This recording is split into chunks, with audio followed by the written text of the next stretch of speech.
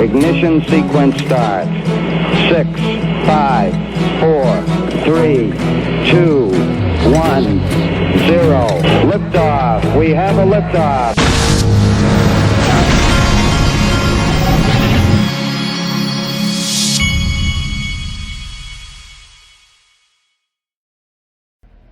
Hey everybody, this is the Digital Asset Investor, and I've been kind of sitting at my computer working on just putting different things together all day, and I've been staring at the computer. Sometimes I stare at the computer and I'm like, I'm just not ready to talk yet. And then, so I sat here all day, but I kept looking through video and different things, and I finally said, well, I've just got too much here not to talk.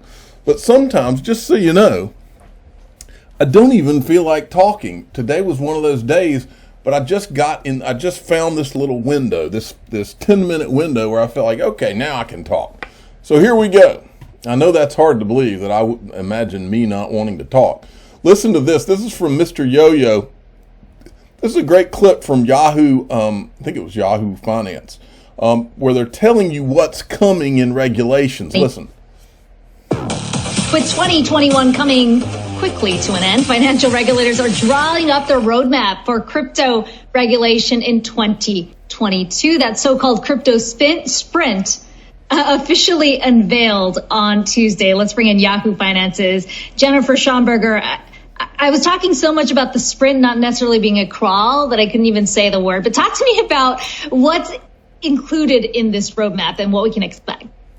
Hey there, Kiko. That's right. U.S. financial regulators out with their policy agenda for how to regulate cryptocurrencies. The so-called crypto sprint, as regulators are calling it, sketches out a to-do list for 2022 that will offer crypto players more clarity into the rules of the road ahead, something that the industry has been clamoring for.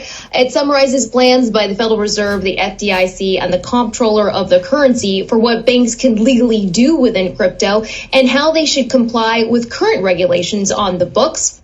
Regulators will focus on oversight of how banks could store crypto assets safely, handling exchanging customers' dollars for cryptocurrencies, settling trades, and issuing loans backed with crypto. The agencies are also looking at assessing capital requirements for holding crypto assets. On the back of this, the comptroller of the currency is clarifying that national banks can engage in cryptocurrency activities so long as they have approval from their regulator. Should note that few banks actually play in the crypto space right now, but if they wanted to, they would need approval from the OCC. Acting comptroller of the currency, Michael Su, saying in a statement, providing this clarity will help ensure that these cryptocurrency distributed ledger and stablecoin activities will be conducted by national banks and federal savings associations in a safe and sound manner. This will provide assurance that crypto asset activities taking place inside of the federal regulatory perimeter are being conducted responsibly. Now, Akiko, regulators expected to provide more details on this in 2022. Okay, so 2022 is going to be interesting. Now, let me tell you what, I literally went through them every once in a while. When you do what I've done for the last 8 months to 12 months, and you really start digging into Bitcoin and Ethereum and watching the videos of all the founders of Ethereum and all this stuff, when you really start looking and you just, I've been intellectually honest with myself about it for years now, but when you really start looking at it, you really come to a place that makes you angry. And here's what this kind of started to lead me in that direction when I was going through things today. This is from Gala Games. Because Ethereum is terrible, we have decided to accept payment in other altcoins for Gala Games founders' nodes. You can now purchase with XRP, Bitcoin, Dogcoin, and BNB, and more. Looking forward to Flare Network's Binance chain. And in other words, here's a company, and everybody knows that this Ethereum is a disaster and that the gas is a joke. And everybody knows that proof of work doesn't work. But we've been fed this constant lie, and that, make no mistake, that's all this ever was, including the decentralization lie. And that kind of, I was watching a lot of video today, and then I saw that, and this is the tweet that I tweeted out. After watching hundreds of hours of video on Ethereum and its founders, I can say one thing for 100%. There's no question about this. It is not decentralized and never was. We know for a fact that they have, Joseph Lubin has said, he's got 9 teams, I think 9 was the number he used, that he coordinates, that's been working on Ethereum 2.0 and making all this happen. We know it never was decentralized. And before that, we knew that the miners were all in China, and it was consolidated amongst, I think it was like 4 mining pools or whatever in China. So it never was decentralized. It's a joke, and it's always been a joke. And proof of work doesn't work, okay? They know this. But you name the media outlet in crypto, they've been pushing this Bitcoin, Ethereum. And they continue to do it. And they know it's all bull. They know it. You can't possibly see everything I've seen and not, this is right in your face. So I said it's not decentralized, never was. The plan was to say it was decentralized over and over until it became an accepted reality with the SEC's help. That's key. One big lie. That's exactly what it was. But listen, you don't have to accept me for saying this and say, oh, you're just saying that was their plan to just say it over and over and eventually people would believe it. Well, I've shown you this before, and you don't have to take my word for it. This is from the New Yorker. Okay? The Profits of Cryptocurrency Survey, the Boom and Bust. Okay? This is from October 15th, 2018. This is Joseph Lubin. In that process, we pretty much defined what Ethereum is and what Ether is. Lubin said, I realized, I mean, this guy's got a God complex. If I've ever followed anybody who's got a freaking God complex, this is it.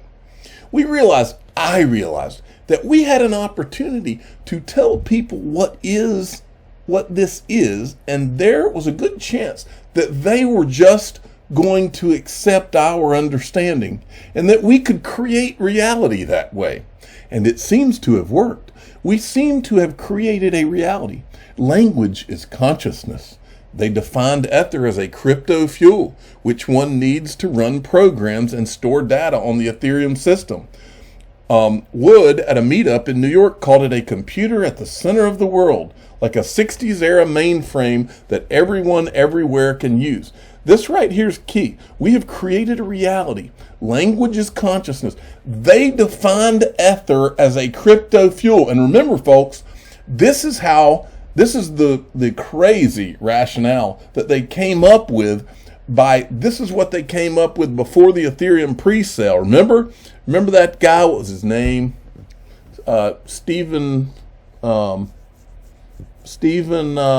drawing a blank on his name. But anyway, he's the guy that was working on the legal work before the Ethereum pre-sale. And he's the guy that got on the phone with Joseph Grunfest after drinks with Vitalik Buterin, and he said, what about this? What if we're selling a product? What if it's like a crypto fuel and it's a product? And then Grunfest calls the SEC, right? Calls the SEC and says, and then he calls the guys at Ethereum back and he says, oh, they loved it. It's Steven Narioff is the guy's name, okay? Oh, they loved it. The SEC loved it. It was BS from the beginning, folks, and all of them know it. It's still BS because they don't even have Ethereum 2.0 out. Now, in comes Charles Hoskinson. What has happened every time any digital asset could possibly be a threat to Bitcoin or Ethereum? It's gone after. Look at XRP. Now, Jeremy Hogan tweeted this. ADA holders beware. eToro didn't decide to lose money for no reason. The most likely reason to stop ADA trading for U.S. customers is a warning from the SEC. And if SEC really wants to protect Ethereum, as I've been reading, who would it sue next? And then he replies to this and he says, I've been watching the Ethereum free pass research that's been done by some smart and energetic people around here. And it instantly came to mind when I saw that ADA was under SEC scrutiny. It fits that narrative perfectly. Kill the ETH killer. And there's several ETH killers. So Solana is another one of them. Watch, they'll probably go after that too. Now, here's something interesting here. This was a video that was put out by BitBoy, shocking XRP revelations. how I know the SEC lawsuit, SEC Ripple lawsuit is a sham. I'm not going to play the whole video for you, but I'm going to show you what he found, okay? First, I wanted to show you this part, which is the second part of what he said. Now, I don't know if he knows what he's talking about or not, but I wanted you to hear it. If I can get it. I will go to the grave telling you that this case was supposed to be over in September.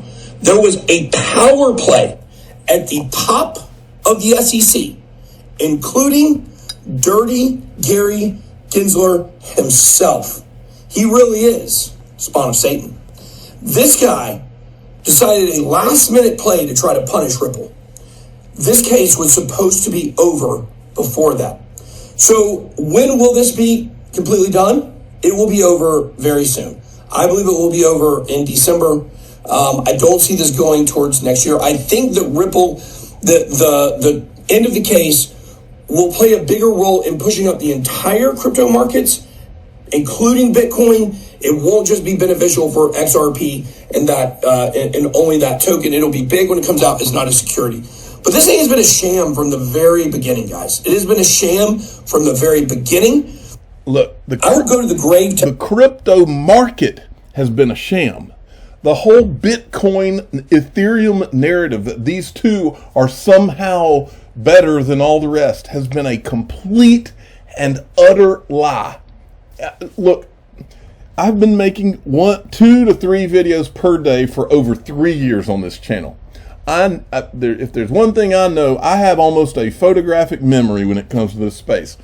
And I can tell you with not a little bit of certainty, but after going through all of this and going through all this, folks, I'm not the smartest guy in the world. I got a finance degree. I've got an MBA, but I'm 47 years old. And when you focus your mind in on something the way I have in this space for as long as I have, and then you spend the last year doing nothing, and I do mean nothing, but studying what went on in this whole SEC debacle, when you study it and focus in on this one thing the way I have, and not just me, but a lot of the people I know in this space that I talk to, it is crystal clear.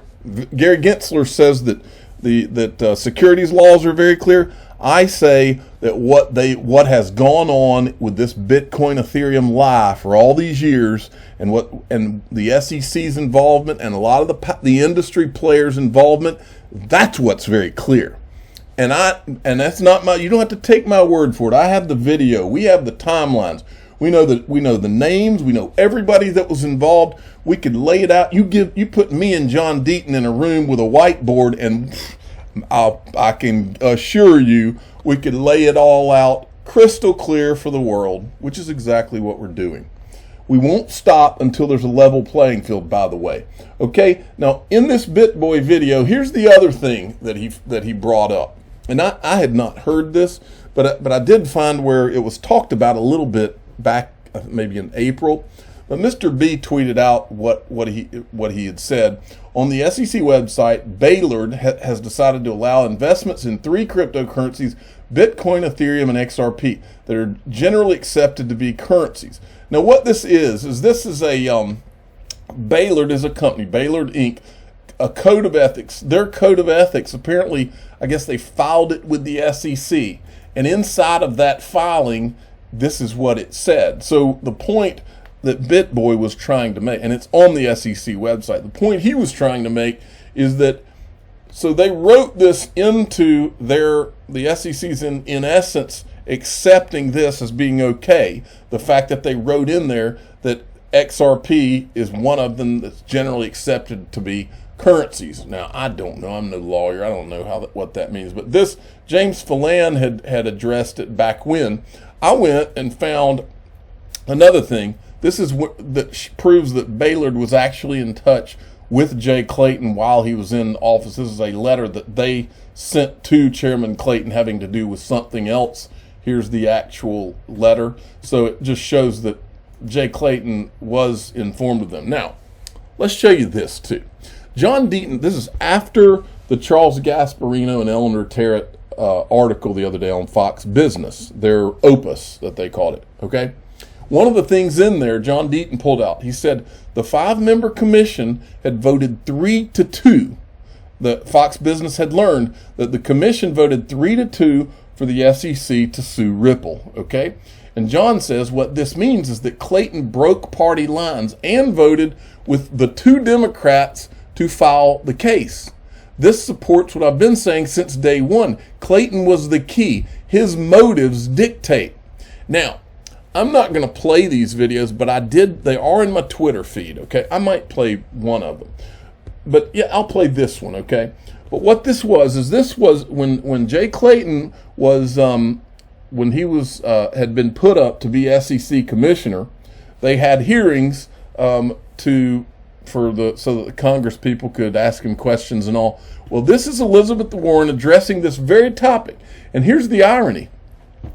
So Jay Clayton admits in this clip you're about to hear that he's got all kinds of conflicts of interest. Any of these Wall Street firms like Goldman Sachs that ever did business with his law firm, he has to recuse himself in any vote of the commission. In other words, let's say somebody said that, let's say it was that the SEC found out that Goldman Sachs had done something illegal. Jay Clayton would not be able to vote. He would have to leave it to the other commissioners to vote on whether someone could go after Goldman Sachs. And he had a whole laundry list of Wall Street firms that are clients of Sullivan Cromwell, his law firm, that he would not be able to do his job in essence. But guess what he could do? Because here's the trick, folks.